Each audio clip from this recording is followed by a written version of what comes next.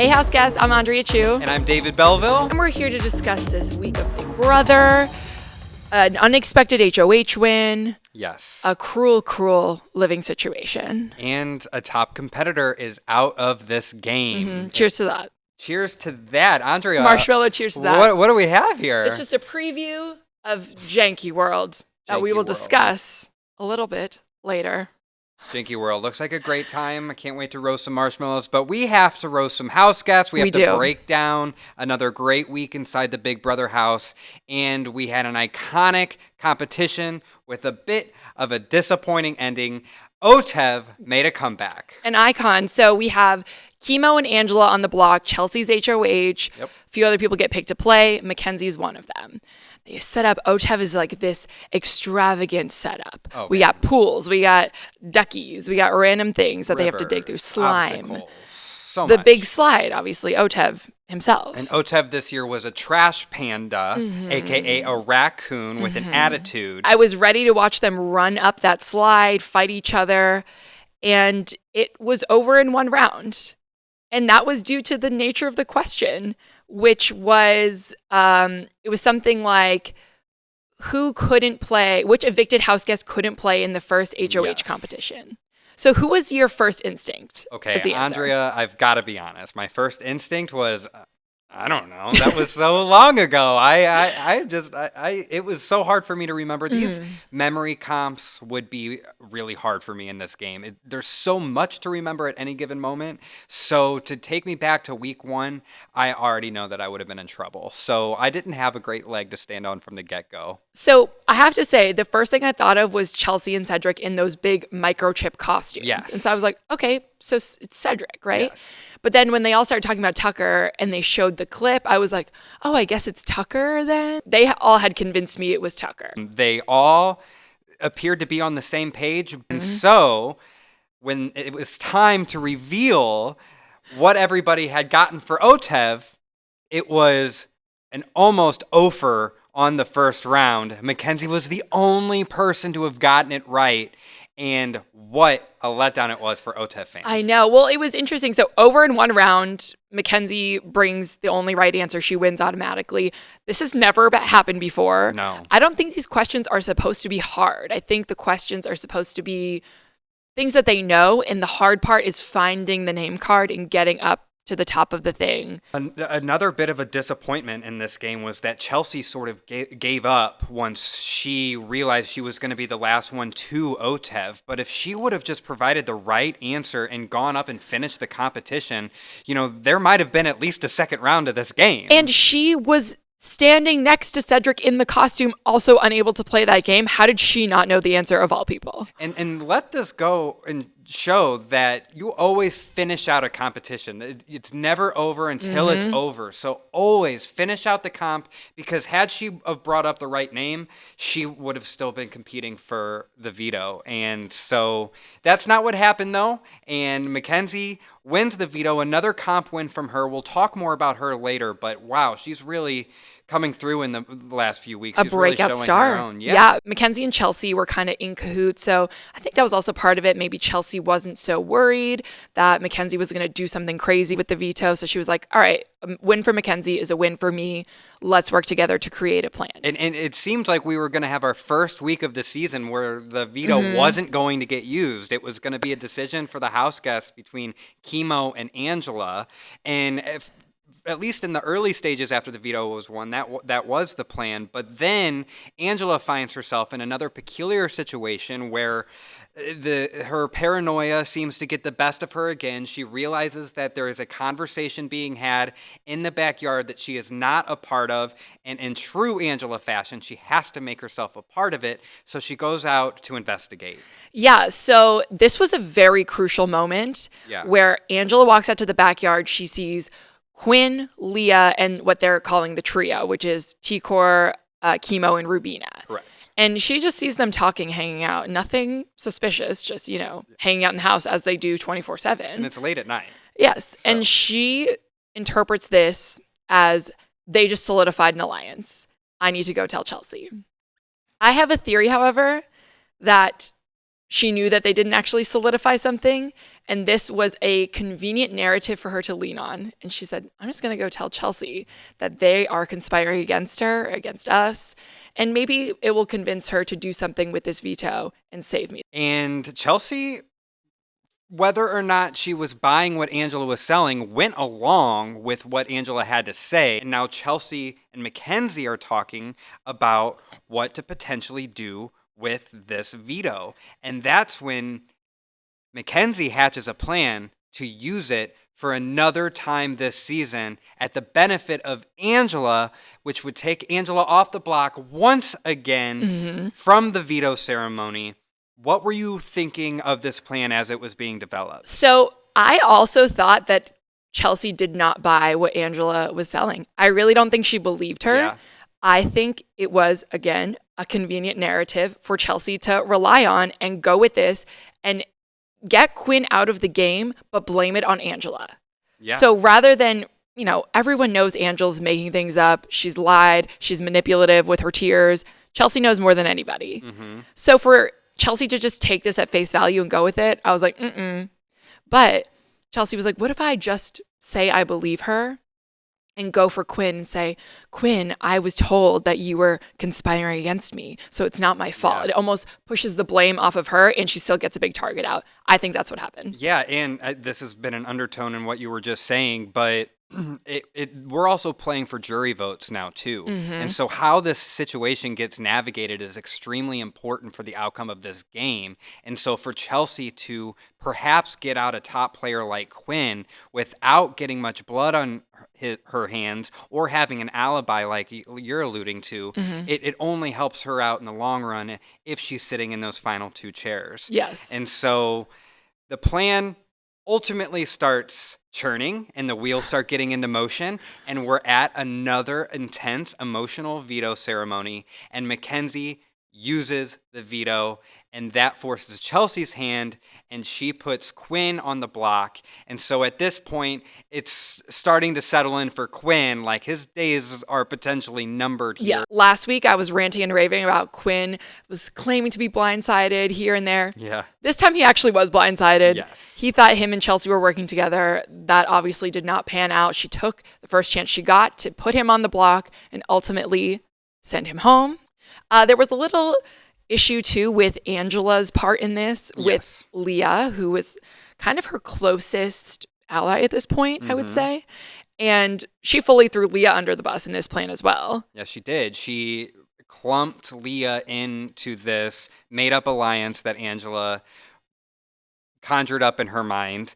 And so she paired Quinn and Leah up with T-Core, Rubina, and Chemo. And so Leah's just kind of an innocent bystander that was caught up in all of this. And she was mad. She was upset. There was a dramatic moment of Leah and Angela in the bathroom, and Angela is trying to convey to Leah that her words got misconstrued. Leah was never an intended target. She's just caught in the crosshair, and this was never Angela's motive. But at this point, Angela is just lying every which way. Lying through her teeth. She was trying to make it seem like Chelsie misconstrued what Angela said and went with it. And Angela, I'm so sorry. I didn't mean for that to happen. That's not what I said. That's exactly what she said. Yeah. It couldn't have been clearer. So she's trying to also push the blame off of herself. You can see everything's becoming a little bit more nuanced with jury management. That's so true. But let's give credit where credit is due here. Angela's paranoia has gotten her into a lot of trouble in this game. But one way or another, she's the one that said, I'm like a cockroach. You can't get rid of me. At this point, she had an opportunity to preserve her long-term safety in this game. And so in this very moment, her paranoia paid off. She was able to plant seeds of doubt enough, whether or not they were believed, enough to change the outcome of this week and pull her off of the block. It worked. I was shocked. And she was the target all along up until the veto plan came to fruition. And so she really did save herself in this moment. And so giving credit where credit is due. Good job, Angela. And that's going to bring us to this week's David's Diary Room. Angela had a good week, but there is somebody in the house who I think had a better week. And that's our girl, Makensy. many of her diary rooms showcased her involvement in the plan to ultimately use the veto on Angela so that Quinn could be named as a replacement nominee and the House could vote to get out a huge competitor in Quinn. Quinn is a super fan in this game. He has alliances with every single member of the House. And so getting out a player that was both competitive strategically, socially, and in comps was huge. And so we talked a lot, Andrea, this season about Makensy sort of floating her way through. In these last few weeks, she's started to show her competitive edge. And now this week, as her diary rooms showed, she's got a strategic edge too. And she was able to manipulate the situation between Chelsie and Angela and her winning the veto to her advantage and get out a pretty big competitor without any blood on her hands either. Yeah, she fully now not only has comp wins under her belt, she has a strategic move under her belt. She's playing. Yeah, she is. Her and Leah both woke up this week and Yeah. weren't just floating around, maybe a comp win here and there. No, they are playing this game and influencing the votes. And her teaming up with Chelsie was a really smart move, I think. Yeah, and we're seeing a new divide in the House We as really well. are. A bit of a trio has now emerged between her, Chelsie, and Cam, with the other trio being T-Core, Rubina, and Chemo. And Leah and Angela, they have solidified a bit of an alliance, but they're the two oddballs out. And so we have a House divided by trios with Angela and Leah caught in the middle. And so that sets us up for our next HOH, and power is up for grabs. Andrea, set the scene for a wild competition. So Ainsley takes the week off. She's Oh. on vacation and she sends Janky in her place, which is some acronym for like junior intelligence something.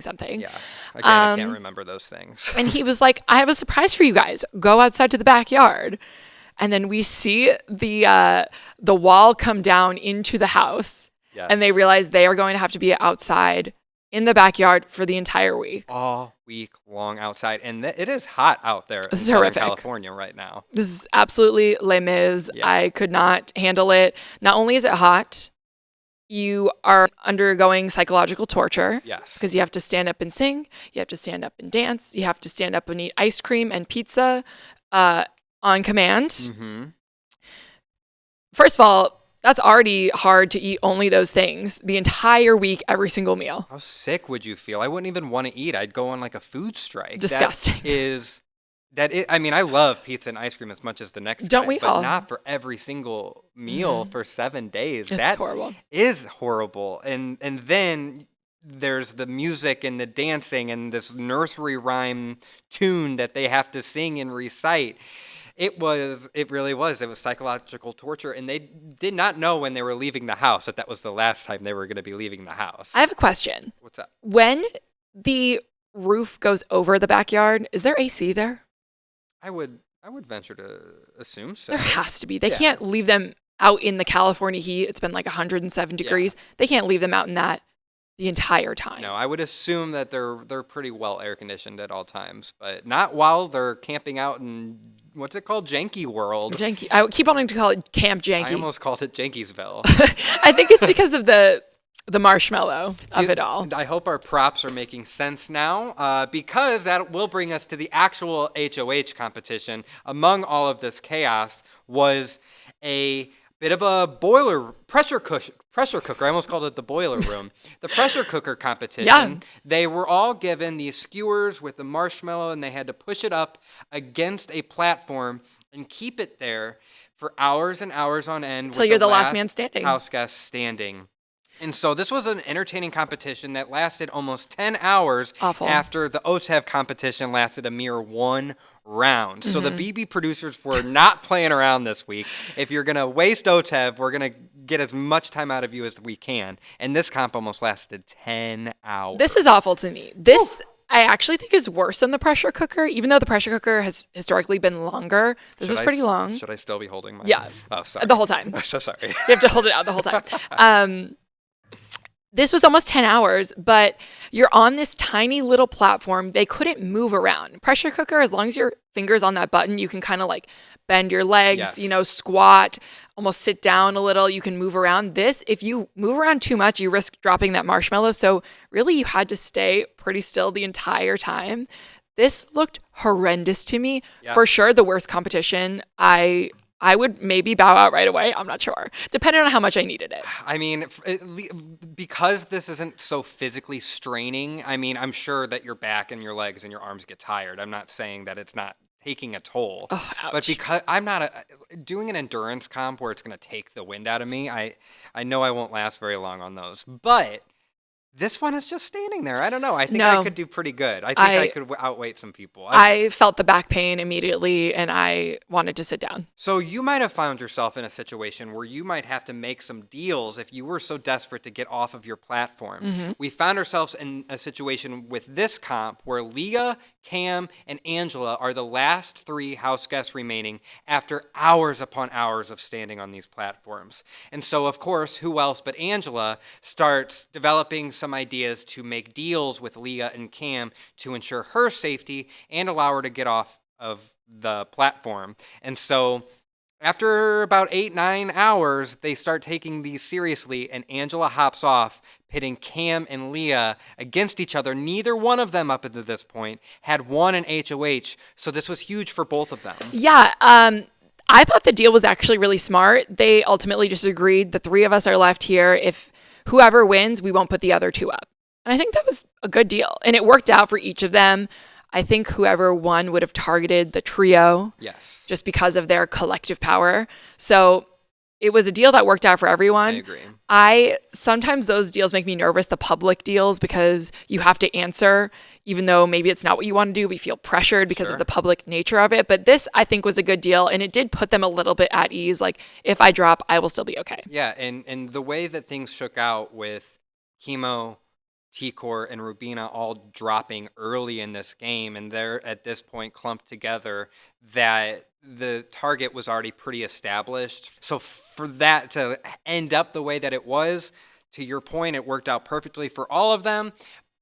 In the end, it was Leah outlasting Cam. They had a bit of a one-on-one tiebreaker that they made up for themselves. One-legged tiebreaker. And I think Cam was really trying to tout his football skills. He's like, I'm an athlete. I have really good balance. Let's go one leg. Let's do it. And he thought he was going to nail it. He was going to beat her out. And instantly, he was wobbling. His leg was like a flamingo. He was, I mean, I guess flamingos are stable. Not like a flamingo. He was wobbling. And I think he was too prideful to put his leg down. Or I don't know, maybe he was just trying to stick to the plan that they had. But he fell. He did.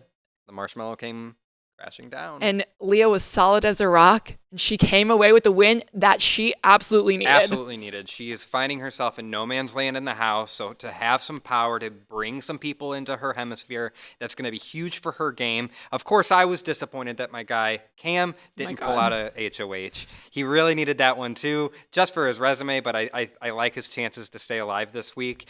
Leah, as we mentioned, had targets to decide on. It was fairly easy for them to get together, and it ended up being 2 out of the 3 that we have been discussing between T-Core, Chemo, and Rubina. So even though I knew she was going to target someone from this trio, I was actually shocked she didn't do T-Core, only because she said it herself. T-Core is super well liked in the house. Yeah. She even said if anyone is sitting next to T-Core come finale night, they would lose because T-Core is so well liked. She's never been on the block. And that's a big one. So I don't know why she didn't put her.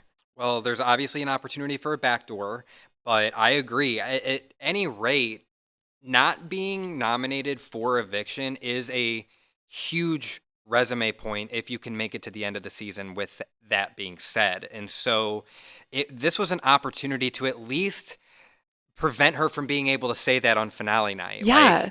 She didn't make it through without being nominated. And so this was just an opportunity to at least take that argument away from her. I really don't get it because the whole point, it wasn't personal. Like, I think all of these people actually pretty much get along. And it was just about breaking up that trio that was all going to vote the same no matter what. And so if she were just picking 2 of them, I don't know why you wouldn't pick Tikor.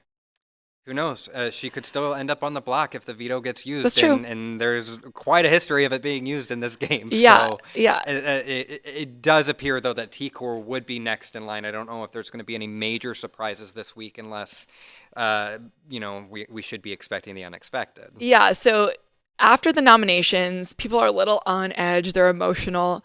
And then Janky calls them to the dance floor to do his on-demand dancing. And this is really, they're like sad dancing. They're tired. They're a little sad because of the nominations, just trying to, step touch, tears kind of strolling down their face. They're hugging on the dance floor.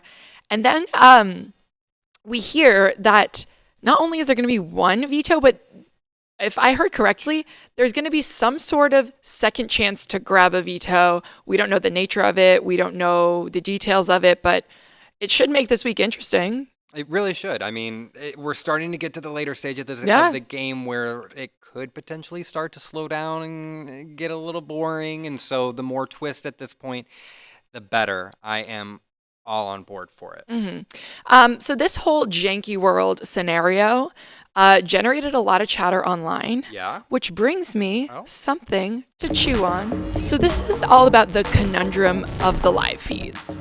As a BB fan, if and when to watch them. So I've tried to watch them before, and I found that it ruined the experience of watching the actual show for me. When you find out who wins HOH and who wins the veto and you're watching those episodes, it's kind of boring when you know who's going to win. To me, it's always supposed to be a supplement to the show, not a replacement for it. I know some people are super dedicated and they either watch the live feeds or they read the blogs that update you on what happened in the live feeds. There was also this element where the BB producers, or maybe it was Paramount Plus, I don't know, quietly changed the live feed experience for the fans this year, and they removed the feature where you could pause or rewind. A lot of people were mad about this because obviously they don't watch it when they're sleeping and they like to wake up and rewind and catch up on what they missed. I don't really know why they did it. There was a lot of theories that happened. I wrote an article on it. I'll link it below. Yes. But it definitely made it more of a true live feed experience, not a video recording that you could watch back at any time. This is like, if you're not watching it live, you're not watching these feeds. Which I'm on board with. Yeah. Do you watch live feeds at all? I used to when I started getting really into the show. So it's been quite a few years at this point since I was passionate about watching them. It is exciting, if you have nothing else to watch, just to check in to see how they're doing. Yeah. But I'm like you. I do my best to stay away from spoilers. I also like being presented in the episode format with everything I've been looking forward to.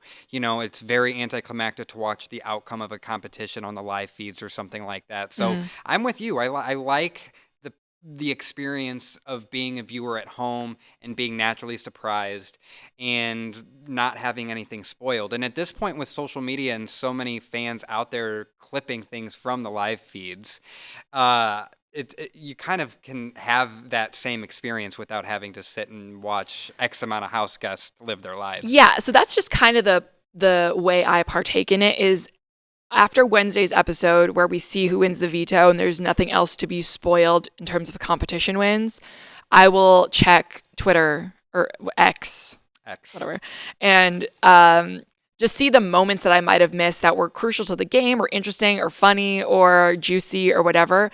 That's when I see what's going on in the house, check in, and then we have obviously the live eviction episode. And there are some big or good entertaining moments that happen on the live feeds that don't make it in the show. So there's that conundrum you're talking about. There was one viral clip of Quinn with the whole bag over his shoulder because he knew he was going home, and that would have been a great moment for the broadcast. It was funny, yeah. There was also a bunch of clips. I guess the house guests, bored doing nothing in the house, came up with their own Big Brother song that they were doing a sing-along to.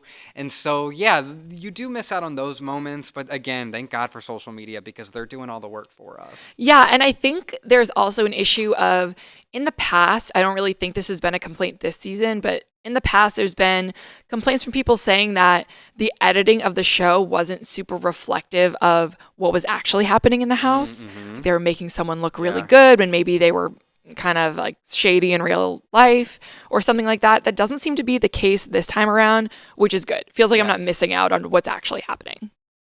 So chew on that. I love you when you give us. I just want to hear what people think about the live feeds. We love it. We love it. Well, before we go, we are starting to get down to the nitty gritty. We're officially in jury. Mm-hmm. Leah is our HOH. How are we feeling about where we're at, and who's your current favorite?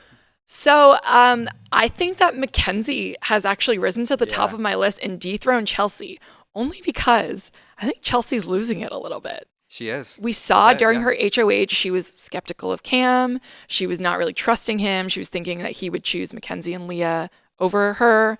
And I think it's really getting to her. Yeah, Makensy seems to have such a steady hand. She's not gotten too high or too low in this game.